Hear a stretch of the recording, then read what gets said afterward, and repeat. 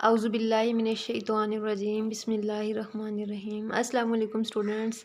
आज हम unit number 4 start कर रहे हैं मैथ्स का, जिसका नेम है फाइनेंशियल अरिथमेटिक्स, जो कि बच्चों को बहुत ज़्यादा मुश्किल लगता है, लेकिन इसकी जो स्टार्टिंग वाली एक्सरसाइज है बहुत ज़्यादा इजी है। उसके लिए ज़रूरी है कि पहले आप लोग को कुछ डेफिनेशंस पता होने चाहिए। जो सबसे पहली डेफिनेशन है वो ये है प्रपोर्शन। इसके बारे में आपको पता होना चाहिए क्या है proportion. Equality of two ratios is called a proportion, यानी दो रेशोज़ के दरमियान में जो इक्वालिटी का साइन होता है उसको हम कहते हैं प्रपोर्शन, और उसका सिंबल ये होता है प्रपोर्शन का। अब हमारे पास नेक्स्ट डेफिनेशन क्या है, डायरेक्ट प्रपोर्शन। डायरेक्ट प्रपोर्शन क्या है, the relationship between two ratios in which increase और decrease in one quantity causes a proportional increase और decrease in the second quantity is called direct proportion. पहली बात ये कि इसके अंदर दो रेशोज़ होती हैं हमारे पास। फिर उसके बाद क्या इसके अंदर मेन बात है कि अगर एक क्वांटिटी इंक्रीज़ कर रही है तो दूसरी भी इंक्रीज़ करेगी, इसी तरह अगर एक क्वांटिटी डिक्रीज़ कर रही है तो दूसरी भी डिक्रीज़ करेगी। तो फिर हमारे पास जो प्रपोर्शन बनता है उसको हम कहते हैं डायरेक्ट प्रपोर्शन। और नेक्स्ट डेफिनेशन जो है वो क्या है, इन्वर्स प्रपोर्शन। इन्वर्स प्रपोर्शन क्या होता है हमारे पास, the relationship between two ratios in which increase in one quantity causes a proportional decrease in the second quantity and vice versa is called N inverse proportion. इसमें क्या है, relationship है to quantities में, सॉरी टू रेशियोज़ में, और इसके अंदर क्या है, इंक्रीज़ अगर एक क्वांटिटी के अंदर इंक्रीज़ हो रहा है तो दूसरी क्वांटिटी अगर डिक्रीज़ हो, और इसी तरह अगर एक क्वांटिटी डिक्रीज़ हो रही है तो दूसरी जो है वो इंक्रीज़ करे, यानी इन्वर्स हो आपस में एक दूसरे के, तो जो रिलेशन बनता है उसको हम कहते हैं कि वो इन्वर्स प्रपोर्शन है। अब तक हमने दो क्वांटिटीज़ की बात की है, लेकिन अगर दो या दो से ज़्यादा क्वांटिटीज़ यूज़ हों किसी प्रपोर्शन में तो उसका जो नेम है वो क्या है, compound proportion. The relationship between two और more proportions is known as compound proportion. तो जो हमारी एक्सरसाइज है उसके अंदर जो भी हमारे पास क्वेश्चंस हैं उनके अंदर कंपाउंड प्रपोर्शन ही यूज़ होगा, क्योंकि उनके अंदर तीन क्वांटिटीज़ हैं सब में। फर्स्ट क्वेश्चन है आपके पास, 30 men repair a road in 56 days by working 6 hours daily. In how many days 45 men will repair the same road by working 7 hours daily? इसके अंदर जो फोकस करने वाली चीज़ है, सबसे पहले हमने ये देखना है कि हमारे पास तीन क्वांटिटीज़ कौन सी यूज़ हो रही हैं। पहली क्वांटिटी है मैन, नेक्स्ट क्वांटिटी है डेज, और उसके बाद जो नेक्स्ट है वो क्या है, ऑर्स है।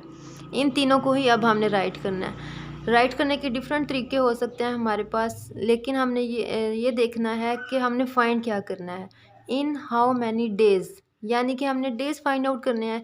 तो पहले हम क्या कर लेंगे, हम लोग हमारे पास डिफरेंट मेथड्स हो सकते हैं। हम लिखना हमने इन तीनों को ही है, मैन को, आवर्स को और डेज़ को। तो डेज हमने फाइंड आउट करने हैं। सबसे पहले हम यहाँ सपोज कर लेंगे, जब भी हमने कोई चीज़ फाइंड आउट करनी होती है तो हम उसको क्या सपोज करते हैं, let number of days is equal to x.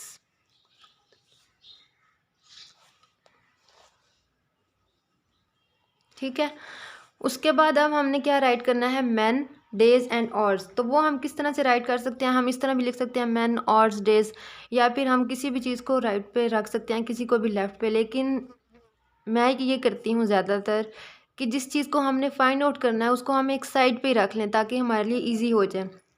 तो यहाँ पे मैं पहले इनको डेज़ को ही राइट कर लेती हूँ, फिर उसके बाद मैं इन दरमियान में रेशो का साइन लगाऊंगी, फिर हम लिखेंगे मैन, और फिर हम लिखेंगे ऑर्स। इनके नीचे वैल्यूज़ हमने किस तरह से राइट करनी है, हमारे पास जो सबसे पहली है वैल्यू वो क्या है, मैन एक पहली दफ़ा 30 यूज़ हुए हैं और नेक्स्ट टाइम कितने हैं, 45 हैं। तो हम यहाँ पे लिख लेते हैं, पहले मैन कितने हैं 30 और बाद में कितने हैं 45। इसी तरह ऑर्स पहले कितने थे 6 थे और बाद में 7 हो गए। ठीक है, और डेज़ हमारे पास पहले कितने हैं 56 हैं और बाद में हमने फाइंड आउट करने हैं, तो वो हमने उनको सपोज किया है x, तो हम यहाँ पे x राइट कर देंगे। ठीक है, यहाँ तक क्लियर हो गया। अब उसके बाद जो मेन काम है वो एरोज़ लगाने का है। एरोज़ हम किस तरह से लगाएंगे, जिस चीज़ को हमने फाइंड आउट करना है इसलिए वो मैंने यहाँ पे राइट की है। इसका एरो आपने हमेशा ऊपर वाली साइड पे लगाना है। हमेशा जो भी चीज़ आपने फाइंड करनी है, चाहे आपने उसको सेंटर में राइट किया या चाहे राइट पे राइट किया चाहे लेफ़्ट पे, उसका आपने एरो हमेशा ऊपर की तरफ ही लगाना है। अब बाकी हमने ऐसा तो कोई रिलेशन नहीं देखा कि हम तीनों का इकट्ठा फाइंड आउट कर लें। हमने ये देखा है डायरेक्ट और इन्वर्स प्रोपोर्शन, और वो दोनों किस में थी, दो क्वांटिटीज़ में थी। तो एक थोड़ी देर के लिए हम क्या करते हैं, ऑर्स को हम स्किप कर देते हैं अपने माइंड से। हम सिर्फ ये सोचेंगे कि हमने रिलेशन फाइंड आउट करना है डेज़ का और मैन का।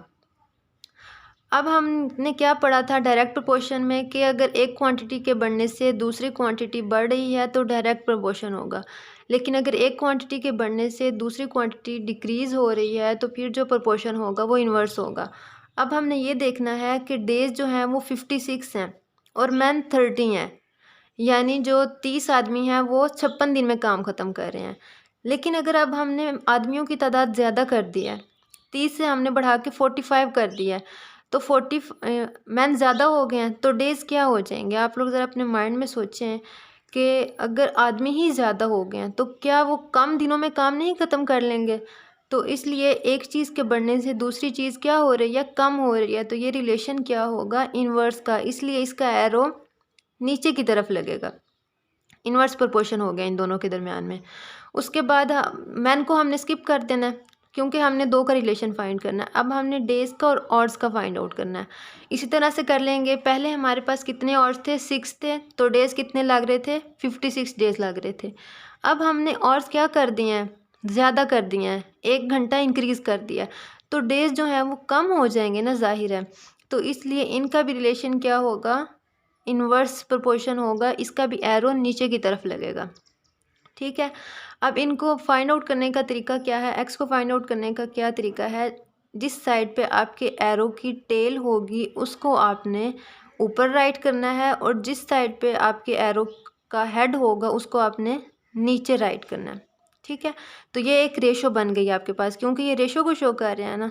तो इसके लिए फिर आपने क्या करना है, इक्वल साइन लगाना है। उसके बाद मैन को भी इसी तरह राइट कर लेना है। जिस साइड पे टेल है उसको ऊपर राइट कर दिया, जिस साइड पे हेड है उसको नीचे राइट कर दिया, और फिर आपने लगाना है दरमियान में मल्टीप्लाई का साइन।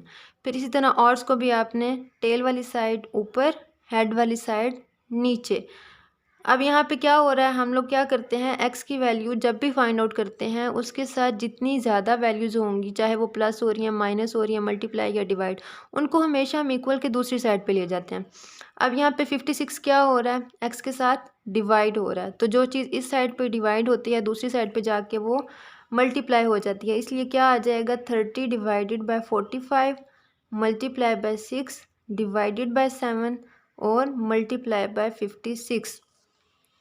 अब इसके सॉल्व करने के दो मेथड्स हो सकते हैं। ये तो या डायरेक्ट इस तरह से हो सकता है कि आप इनकी कटिंग कर लें, या इस तरह से हो सकता है कि आप पहले इन तीनों को मल्टीप्लाई करें और इन दोनों को मल्टीप्लाई करें, फिर जो आंसर आए ऊपर वाले को नीचे वाले पे डिवाइड कर दें। तो देख लेते हैं कौन सा ज़्यादा ईजी है। ये पहले इसकी कटिंग कर लेते हैं। 7 8 आर 56, और फिर इसकी कटिंग कर देते हैं 3 के टेबल पे। 3 1 आर 3 और 3 5 आर 15 और 3 2 आर 6। अब ये इसकी भी कटिंग हो रही है। 15 1 आर 15 और 15 2 आर 30। कटिंग में अक्सर लोग कंफ्यूज हो जाते हैं, एक ऊपर से ले लेते हैं, एक कहीं से। तो आपने इस तरह से देखना है, जिस टेबल पे आप इसको कट कर रहे हैं उससे ऊपर वाला कोई भी बेशक से आप ले रहे हैं, एक ही वैल्यू कट होगी और वो भी उसी टेबल पे ही कट होगी। तो यहाँ पे अब हमने कटिंग कर लिया। नीचे हमारे पास यहाँ पे भी 1 है, यहाँ पे भी 1 है, तो नीचे हमारे पास कोई वैल्यू नहीं बची, जबकि ऊपर हमारे पास 3 वैल्यूज़ बची हैं। 2 मल्टीप्लाई बाई 2 मल्टीप्लाई बाई 8। इन सब को अब मल्टीप्लाई कर लेंगे। 2 2 ज़ार 4, 4 8 ज़ार 32। तो हमारा आंसर क्या आ गया, 32। और ये वैल्यू किसकी है, एक्स की, और एक्स को हमने क्या सपोज किया था, नंबर ऑफ़ डेज़। तो यहाँ पे क्या आ जाएगा, 32 डेज़।